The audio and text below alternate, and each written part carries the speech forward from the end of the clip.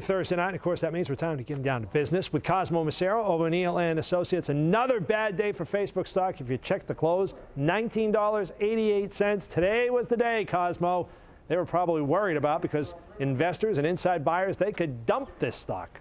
That's right. Everybody's unliking Facebook, Mark, and that's because that lockup period has ended. 2 billion shares over the next 9 months will become available as insiders, employees who had restrictions no longer do. They know what's good. Hey, you know what? I'm dumping some of this. I'm downsizing my holdings in Facebook because this company just is not performing the way it ought to, and there's a lot more risk for the company going forward because there's millions and millions and hundreds of millions of these shares that might get dumped over the next 9 months. Yeah, one of the big problems for them is they can't seem to generate advertising on what is the most popular site we know. Yeah, the revenue's not working on the advertising model. They've changed around their gaming platform. That's affected other companies. It's really been a disastrous existence so far on the public markets as a public company for Facebook. All right, let's move on to some good news in the economy, and that is U.S. car dealerships. Remember, during the recession, they were going out of business right and left. Now they're starting to come back. We're seeing more and more, and of course, they employ a lot of people.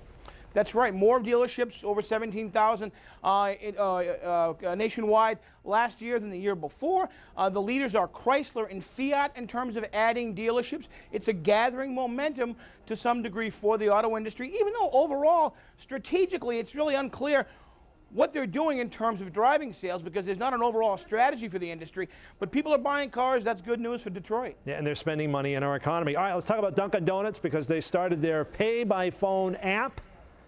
So you can just go up with your phone now? You don't need the card? But explain this to us. Yeah, you know what? This is a really convenient app, Mark, for Dunkin' Donuts. You know why? Because now they can pipe advertising to you right on your device. And by the way, the convenience for the individual, I don't know. So you swipe your smartphone, you can swipe your credit card, you can pay with cash. I think the convenience factor for the individual doesn't make much difference, but it's very smart and convenient for the merchant or for Dunkin' Donuts because now they have access to a whole treasure trove of personal information about your buying habits. Hey, it's 2:30, time for Mark's large regular and a bear claw.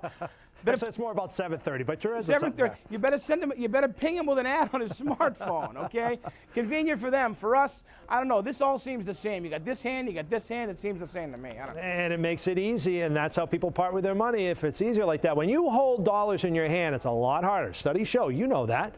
You don't part with it as quickly. But if you can just swipe it and go away and have your product. Too easy, I say. Somehow it all seems to burn its way through my pocket, whether it's plastic, whether it's a phone, or whether it's cash.